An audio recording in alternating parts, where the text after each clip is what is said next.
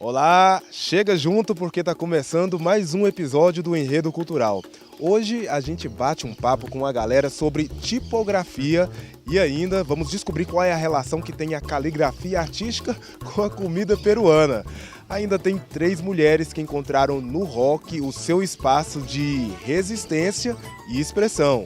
E ainda vamos saber como um festival de dança pode fazer a diferença na carreira de um bailarino.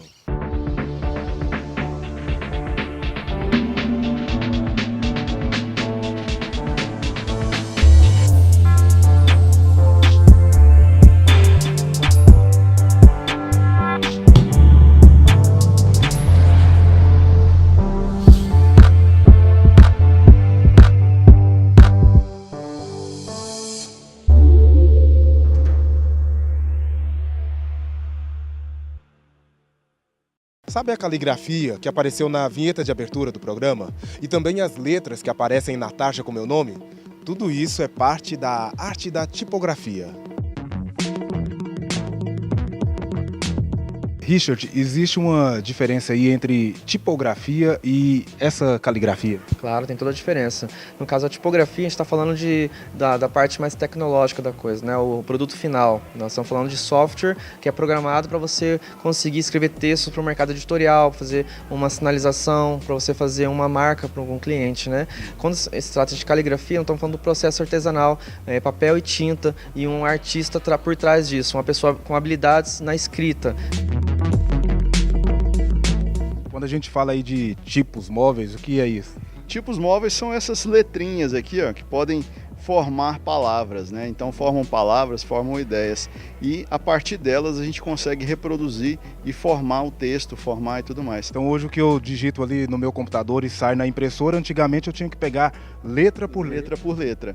Então você compõe letra por letra e principalmente espelhado. Aquela expressão da caixa alta, caixa baixa, isso surgiu nessa época aqui. Exatamente. Então, hoje, caixa alta e caixa baixa, você entende com letra maiúscula e letra minúscula, né? Mas era porque as letras maiúsculas ficavam nas caixas mais altas e as letras minúsculas nas caixas mais baixas. Então, por isso essa definição técnica. Açucena, quais são as características que a gente vê aí na caligrafia de carga máxima e também na caligrafia peruana? En la caligrafía peruana hay mucho más color, hay mucho matizado, combinación de colores, fluorescentes, chilantes le dicen. Nuestro trabajo más que la letra es la presentación. Hacemos formatos de más grandes, de 150 metros murales, como de 15 por 30 centímetros. Somos muy multifacéticos, muchos tamaños. No nos hacemos un solo tamaño. Y la gente ahora usa carga máxima porque es lo más similar a una época donde se usaban esas letras. Sobrevive. Mas se ha vuelto tradición. La gente en Perú usa letras carga máxima porque é fácil de entender. Não necessita inventar-se outra letra. O Richard estava me falando que para o povo peruano também, quando vê a caligrafia em um comércio, por exemplo, se ela não tem uma qualidade estética, aquilo indica que o comércio também não é bom. Exato, sim. Em comida peruana é muito importante. Si você ve una pizarra sin pasar trapo, con polvo, dice, ¿cómo voy a comer ahí? Si no limpian la pizarra, no puedo comer ahí, la comida estará peor. Entonces hay mucha relación porque gráfica y comida peruana, origen popular. No la trajeron extranjeros, entonces no pueden separarse, son hermanas. En Brasil hay una letra muy bonita que le llaman en Belém do Pará, se llama letras que fluctúan, que son letras de los barcos. Todos los pintores hacen diferentes, mas tienen un estilo y entre ellos se van nutriendo. Eso es importante, por ejemplo. Más que la letra, si es boa o mala, es la comunidad de pintores, la historia de los pintores, cómo han practicado, sin escuelas de arte, cómo aprenden, ¿no? Todo ese contenido es más importante que la estética de la letra. Essa caligrafia que hoje a gente vê muito aí em murais, em quadros, em camisetas, por exemplo, ela vem ganhando mais espaço no mercado? A tipografia ela nunca perde o espaço, ela tem os picos de popularidade, ela sobe, desce, ela nunca vai cair de moda, então nós estamos hoje vivenciando em Goiânia o nosso ápice.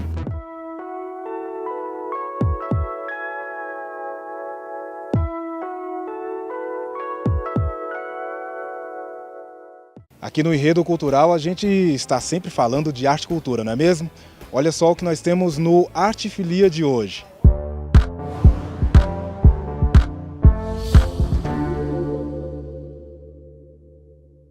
Olá, eu sou Evandro Galo, sou professor de filosofia e baterista e hoje eu gostaria de falar um pouco com vocês sobre a carreira da nossa grande cantora e roqueira Rita Lee.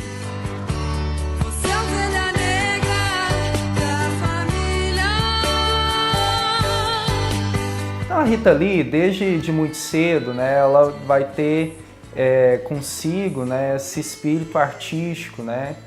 Começa ali com brincadeiras de criança, teatrinhos com as irmãs, igual a uma criança comum.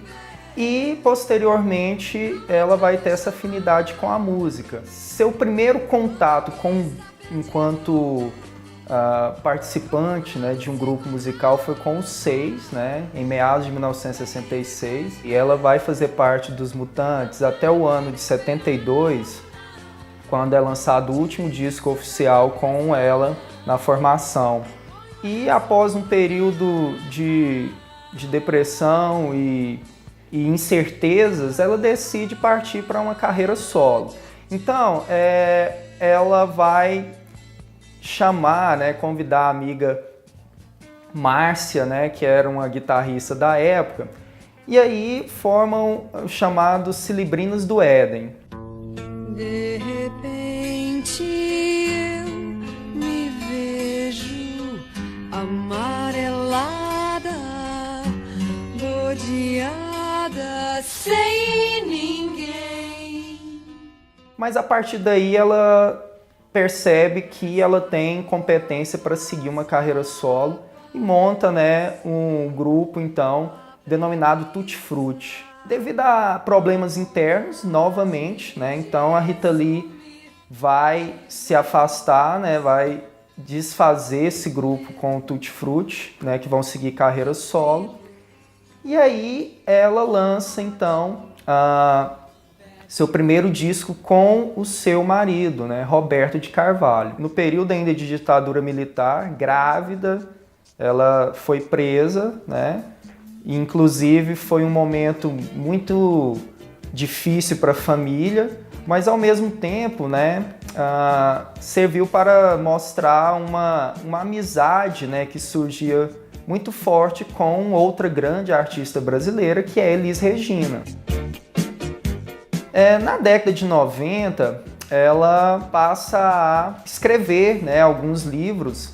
Então ela começa com alguns livros infantis, né, que ela conta algumas histórias, né, cujo personagem principal é inspirado na figura do seu pai, né. Ela também lança outros livros, entre eles a sua autobiografia, né. Ao final agora da sua carreira, né, a Rita Lee, então, ela passa a ter um ritmo de vida mais natural, né? Ela adere ao vegetarianismo. Ao contrário de alguns velhinhos por aí, ela preferiu dar um fim na carreira ao invés de ficar pagando mico por aí, né? Então, sempre muito crítica e extrovertida a nossa roqueira Rita Lee.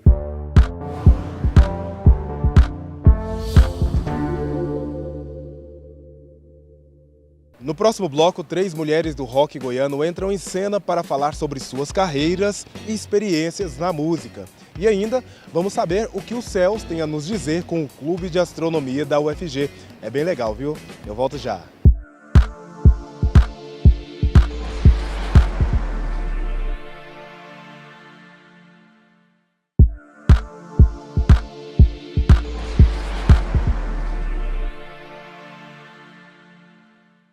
Alguns de nossos costumes foram determinados por planetas e constelações. No Clube de Astronomia da UFG, quem se interessa por esse assunto pode saber isso e muito mais.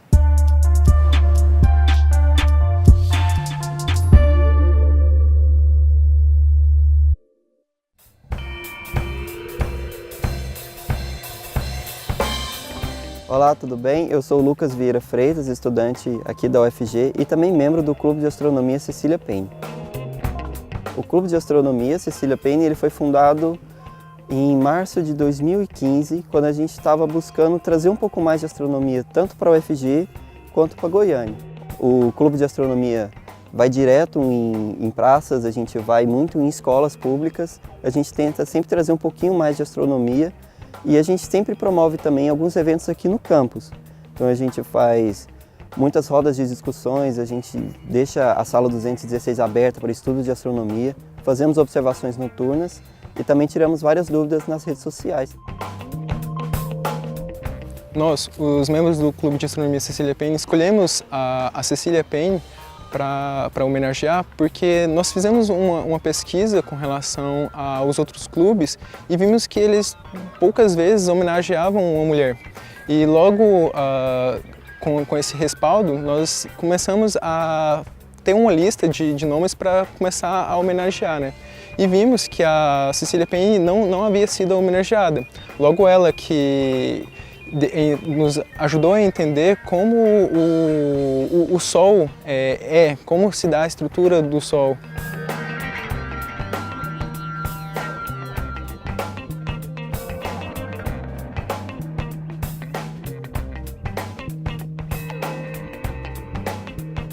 A astronomia está dentro da cultura desde sempre, desde que a gente começou a caçar e olhar para o céu e tentar entender esse céu que aparenta todos os dias cheio de estrelas.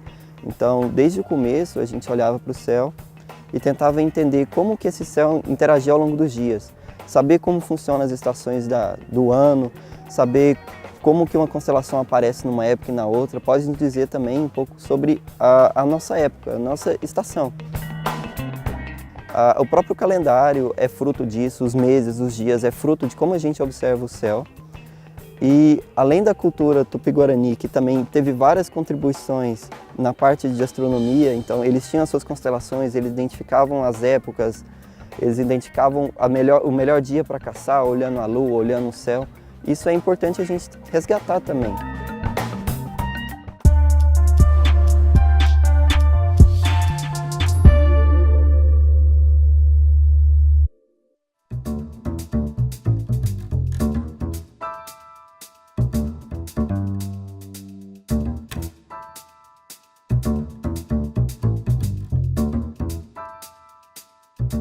Um evento de rock como esse que estamos atrai um público bastante diverso.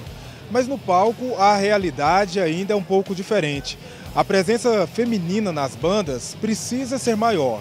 Algumas mulheres que já conquistaram seu espaço nos contam como foi essa conquista. Kellen já passou pelo jazz, pelo blues e ficou no rock por quê? Porque é a vertente, é algo que já está intrínseco em mim, que está na veia mesmo, que eu fui criada num ambiente assim totalmente roqueiro, que minha mãe era roqueira, né? Então eu cresci ouvindo rock. Qual é o espaço da mulher no rock hoje? Ainda é um pouco complicado. Quando você chega assim para fazer um show e eles veem uma mulher no palco enlouquecendo, gera uma certa estranheza e uma certa admiração também. Ana Paula, você gosta de ver mulheres se apresentando?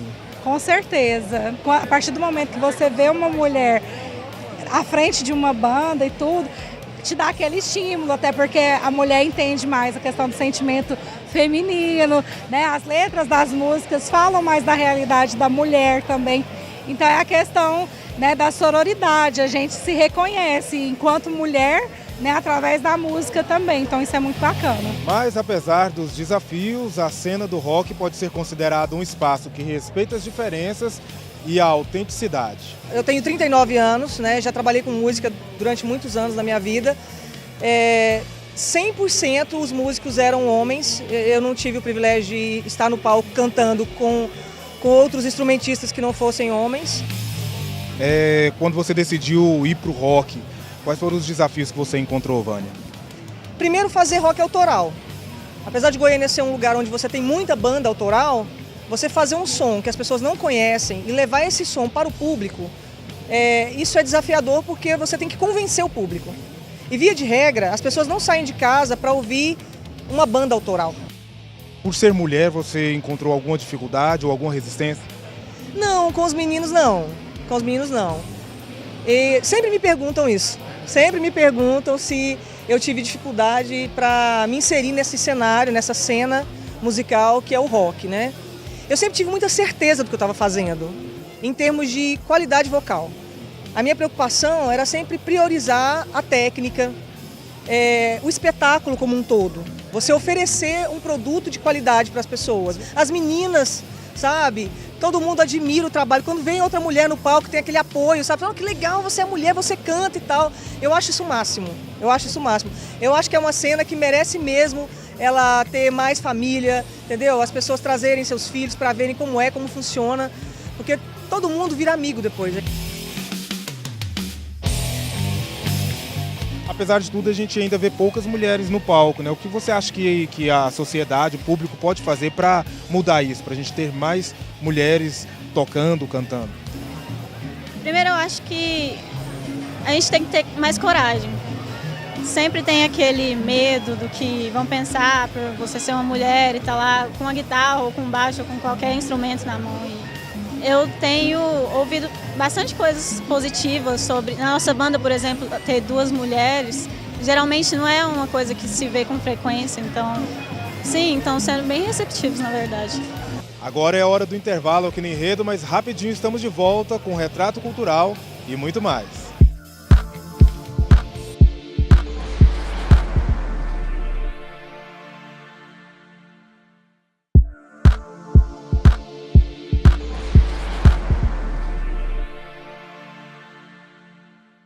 Agora nós vamos conhecer o Jean Popper, um artista que descobriu a dança por acaso. E hoje ele é parte da história do breakdance em Goiás e no Brasil.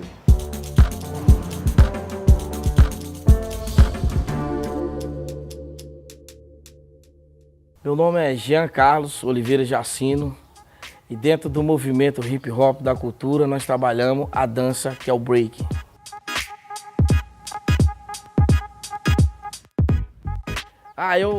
Quando eu comecei a fazer parte do movimento, eu lembro que eu era pequeno. Pequeno não, era novo, né? Eu nunca cresci, sempre fui pequeno mesmo.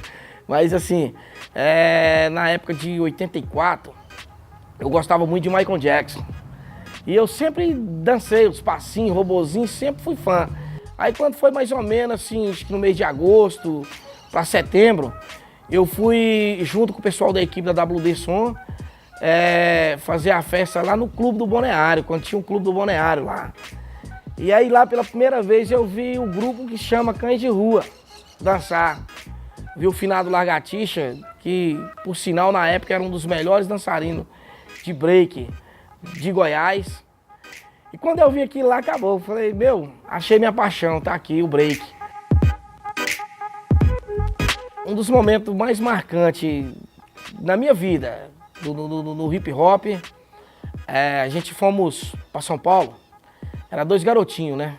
Eu e meu irmão, a dupla dinâmica, Jean e Neneca. E aí nesse dia a gente chegamos em São Paulo, nós fomos para a primeira mostra de hip hop do Brasil, que teve no Brasil, foi em São Paulo, na estação São Bento, que por sinal é uma estação muito famosa até pelo movimento hip hop. E nesse dia da São Bento, quando eu entrei na roda a primeira vez, e eu estava treinando um movimento, que era a trava, eu fiz o movimento que chama flare, pro lado esquerdo, e travei. Na hora de travar, eu segurei e eu vi a torcida. E meu irmão vibrando, e eu voltei pro outro lado. Quando eu voltei, aquele pessoal todo, que vocês vão ver as fotos aí, nos livros aí, aquele pessoal todo levantou e me aplaudiu. Hoje as danças entram na universidade, as danças estão na televisão.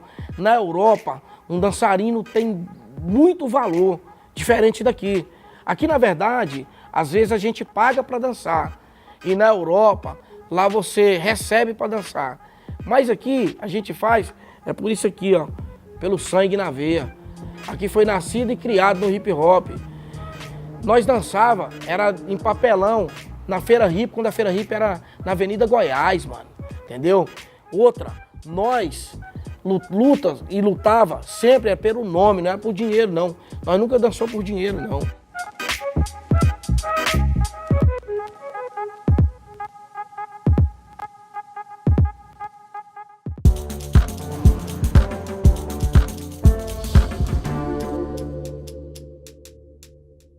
Um festival de dança é para o público a oportunidade de ter contato com a produção artística de diferentes companhias.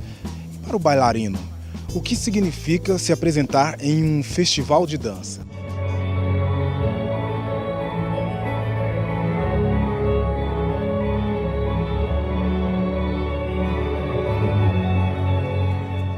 Você já é bailarino aí há 27 anos. Qual é o espaço que o bailarino tem dentro da dança, principalmente da danza clásica? Bueno, el rol que tiene el bailarín, en este caso el hombre en la danza clásica, es muy importante. ¿Por qué? Porque, por ejemplo, los bailes a dúo, el pas de deux, no podría realizarse sin el hombre, porque estamos para cuidar que la bailarina siempre esté bien puesta, para hacer los lifts, las levantadas. Si tú lo sabes, el ballet fue creado por hombres. Empezou sendo criado por homens. O balé sendo criado por homem, porque hoje a gente percebe mais mulheres dançando do que homens. Bueno, ese es yo creo que es un poco un tema de cultura, ¿o no? Pienso yo, porque de repente la gente piensa que como es ballet clásico, en este caso sobre todo ballet clásico, que puede ser un poco afeminado, pero no tiene nada que ver. En el ballet hay hombres, como en todos otros trabajos o carreras profesionales. A gente percebe que essa questão do preconceito, ela vem diminuindo cada vez mais. Mas existe alguma outra grande dificuldade ou outras dificuldades que os bailarinos homens precisam superar?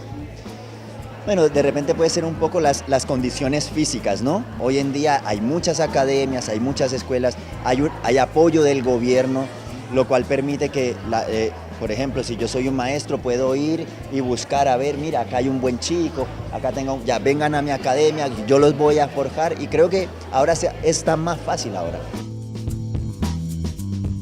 Gisela, qual é o ganho de um festival para um bailarino? Eu acho que a visibilidade que é o concurso dá, é uma vitrine. Todos os bailarinos que ganharam aqui, melhor bailarinos ou revelação, são bailarinos que hoje se despontaram e estão hoje em grandes companhias, seja na Rússia, nos Estados Unidos, na Europa.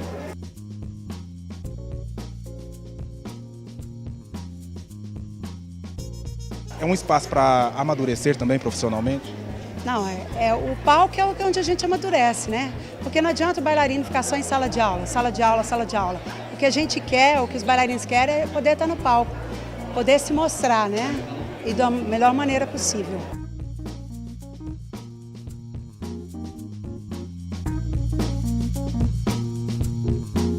Paulo começou a dançar com 10 anos e já participou de tantos festivais que já perdeu as contas.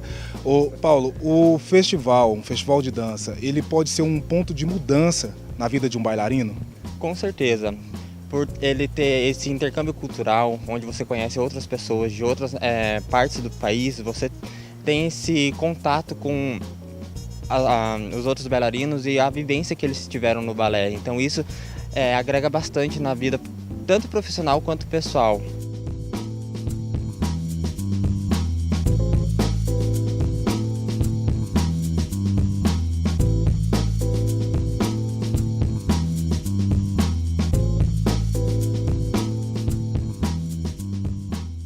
Cada vez que pisamos no palco, eu acho que criamos um degrauzinho para a nossa carreira. Quando começamos, somos bem imaturos e, como eu te falei, nos frustramos quando erramos, entendeu? Mas essa frustração gera maturidade. O que você enxergou na dança, Paulo, que fez com que você se dedicasse a essa arte?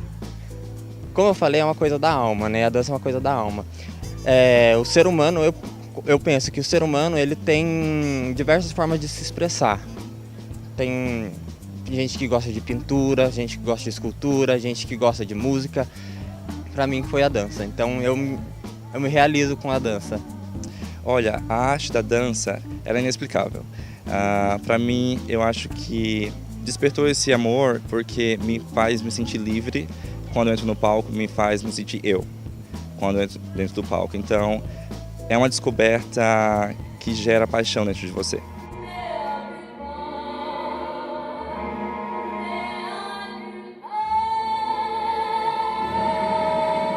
E antes de encerrar este enredo, eu já te convido para assistir o nosso próximo episódio. Dá só uma olhada no que estamos preparando.